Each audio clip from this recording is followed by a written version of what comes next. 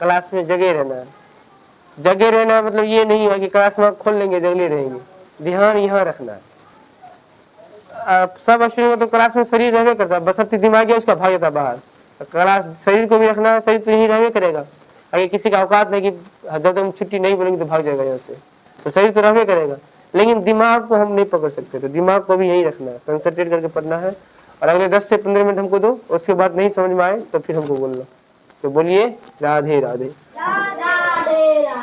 तो चलिए एक ही का नियम समझेंगे। तो कोई भी चीज पढ़ने से पहले एक बार देख लेते हैं कि एक ही का नियम होता है क्या, इसको हमको क्यों जरूरी है पढ़ने का। एक ही का नियम को इंग्लिश बोलते हैं यूनिटी मेथड। क्या बोलते हैं? Unity method. इंग्लिश बोलते हैं यूनिटी मेथड।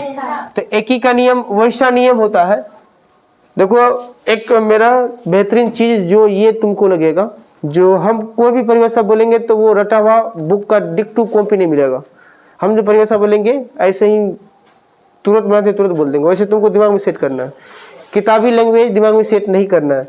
तुम लोग आगे जाके बोर्ड एग्जाम देने वाले हो, 10th का देगा ना बोर्ड एग्जाम, वहाँ सबसे फर्स्ट लाइन में लिखा हुआ रहता है कि विद्यार्थी यथासंभव अपने शब्दों में उत्तर दे।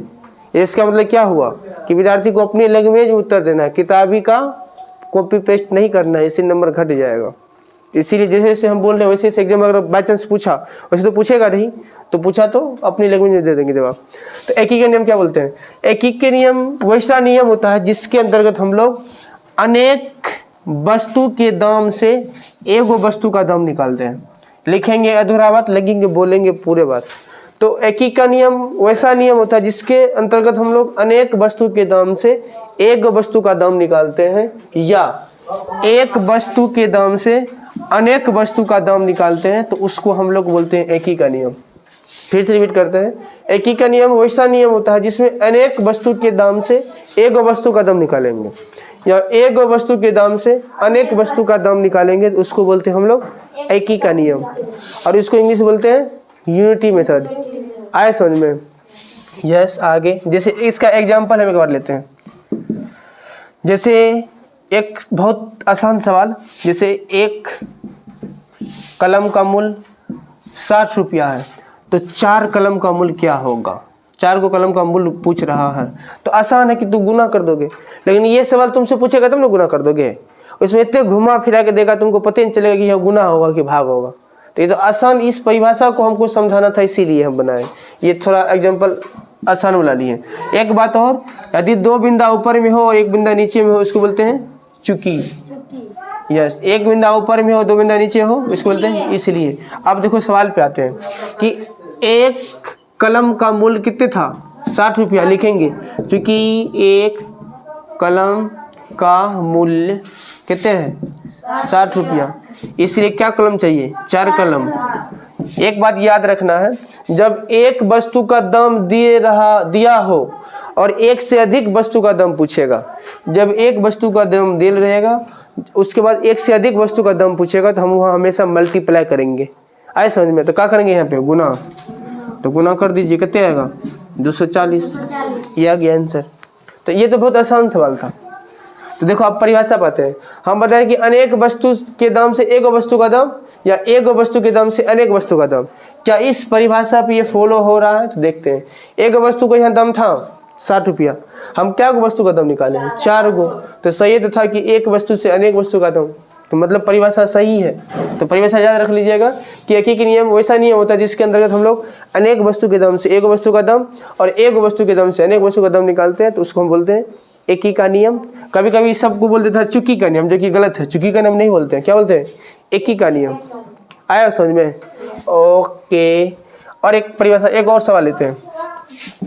देखो यदि 5 कलम का मूल्य 60 रुपया है, तो 4 कलम का मूल्य कितने होगा? 4 कलम का मूल्य पूछ रहा है, तो लिखोगे चूंकि 5 कलम का मूल्य 60 रुपया है, तो पहले हम 1 कलम का निकालेंगे। यदि 1 कलम का मूल्य पता चल जाता है तो उसमें हम 4 से गुना कर देंगे, 4 का पता चल जाएगा। तो 1 कलम का निकाल लो। तो 1 कलम के लिए, 1 के लिए हमेशा निकालने के लिए भाग करते हैं, ये याद रखना।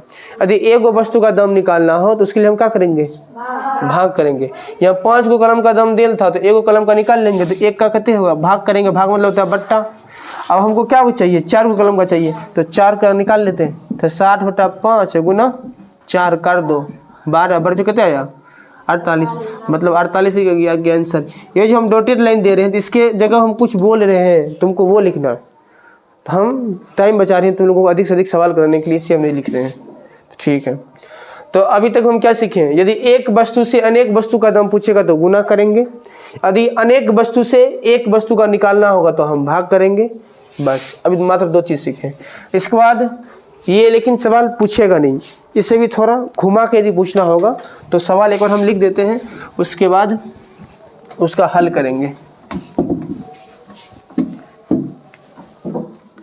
जैसे सवाल ये है कि 5 रुपया में 10 कलम मिलता है, तो 60 कलम का मूल्य बताओ। ये थोड़ा उल्टा सवाल है कि 5 रुपया में 10 को कलम मिला, अब बोल रहा है 60 कलम का मूल्य बताने के लिए।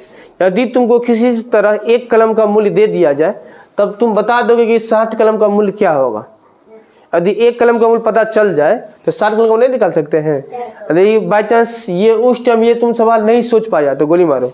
अब देखो सवाल को ऑब्जर्व करो, क्या क्या दिया हुआ है इसमें। मात्र 2 चीज़ है, एगो प्राइस दिया हुआ है दाम, और एगो कलम की संख्या दे रहा है। 2 चीज़ दे रहा है। जो चीज़ पूछेगा उसको लास्ट में रख देना। क्या पूछ रहा है? मूल्य, तो मूल्य को हम लास्ट में रखेंगे, ये याद रखना है। जो चीज़ पूछेगा उसको क्या करेंगे? लास्ट में रखेंगे। ये जो रखा है कि 5 रुपया में 10 कलम मिलता है, इसको उल्टा दो कि 10 कलम का मूल्य 5 रुपया है। रुपया को लास्ट में काहे रखे? क्या कि क्या पूछ रहा था? मूल्य। अब मूल्य तो रुपये में नहीं निकलेगा, इसीलिए उल्टा दो इसको। लिखो, चूंकि 10 कलम का मूल्य कितने रुपया है?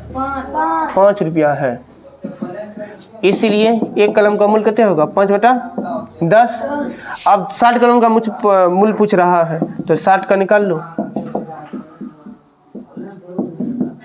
एक बात और यहाँ फिर से चर्चा कर देते हैं। यहाँ भाग काहे किए? पहले हम बता चुके हैं कि एक वस्तु या कलम का मूल्य निकालेंगे तो उसको हम क्या करेंगे? इसीलिए भाग किए हैं। भाग मतलब होता है बट्टा। यहाँ गुना काहे किए हैं? जब एक वस्तु का दाम निकल जाता है और उससे अधिक वस्तु का दाम निकालने के लिए हम गुना करते हैं, बता चुके हैं, इसीलिए यहाँ पे गुना किए। अब बेहिचक आप इसको काट दीजिए, कितना आएगा? 6×5 = 30। तो इस सवाल से हम क्या सीखे कि जो चीज़ हमको पूछेगा उसको कहाँ रखेंगे? लास्ट में। इसको उल्टा कर लिख देना है। अगला सवाल, जैसे एक बात और, यहाँ भागे क्यों किए? गुना भी कर सकते थे। एक सवाल और है, जैसे 15 मजदूर किसी घर को 60 दिन में बनाता है। कितने दिन में? 60 दिन में बनाता है, तो 5 मजदूर घर को कितना दिन में बनाएगा? देखिए सवाल, 5 मजदूरी लिखा दिए। कौन लिखा मजदूर?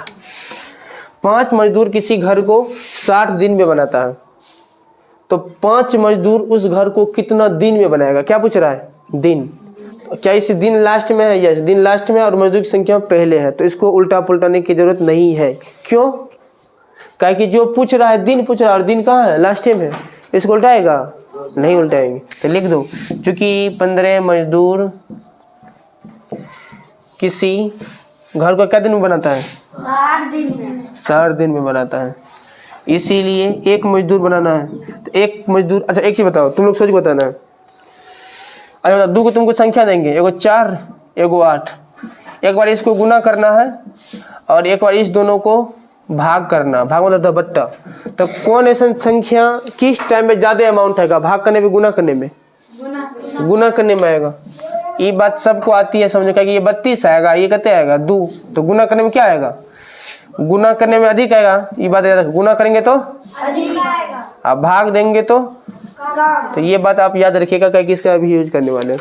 एक चीज बताइए आप सोच के कि 15 मजदूर था तो हम 60 दिन में घर बनाए, ठीक।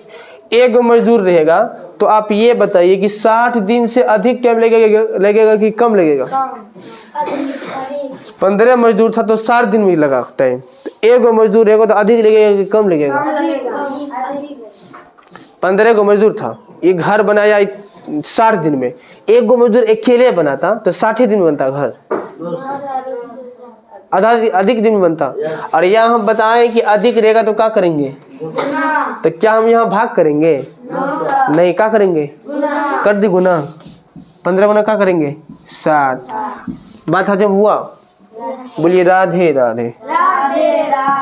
तो 15 मजदूर हो गया, आप क्या को मजदूर है, 5 को मजदूर कराना, तो 5 को मजदूर करवा दो। एक को गुना में गया तो ये क्या आ जाएगा, भाग में जाएगा, तो 5 से दे दीजिए, इसको काट दीजिए, 12 पंजे 60, 12 15 यहाँ 80 से, तो आगे आंसर 180। भारी है। तो पूरे यदि हमको 1 मिनट में समरी इसको देना है तो कैसे देंगे, क्या क्या आप इस क्लास का बात याद रखना है तुमको। सबसे पहला बात ये याद रखना है कि एक ही का नियम का परिभाषा क्या है, अनेक वस्तुओं के दम से एक वस्तु का दम, एक वस्तु के दम से अनेक वस्तुओं का दम निकालते हैं तो उसको हम बोलते हैं एक ही का नियम।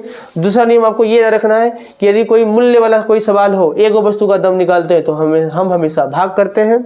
या इस कॉन्सेप्ट के थ्रू भी हम यहाँ समझ सकते हैं कि 10 गो वस्तु का दम था 5 रुपया, ठीक, एक वस्तु का दम 5 से अधिक होगा कि कम होगा, 10 गो कलम का दम था 5 रुपया, ठीक, सोचो 10 गो कलम का दम था 5 रुपया, एक कलम खरीदने के लिए जाएगा तुम तो 5 से कम रुपया लगेगा कि ज्यादा लगेगा, कम लगेगा। कम के लिए क्या करते हैं, भाग करते हैं। क्या हम यहाँ भाग किए हैं, यस, मतलब ये टेक्नोलॉजी सही लग रहा है। तो अनेक वस्तु के दम से एक वस्तु का दम, एक वस्तु के दम से अनेक वस्तु का दम निकालेंगे तो एक ही का नियम बोलेंगे। जहां कम वाला कॉन्सेप्ट होगा वहां भाग लगाएंगे, जहां अधिक वाला कॉन्सेप्ट होगा यहाँ गुना लगाएंगे, ठीक। तो ये बात ध्यान में रखना है। उम्मीद है कि सबको आया होगा समझ में। राधे राधे।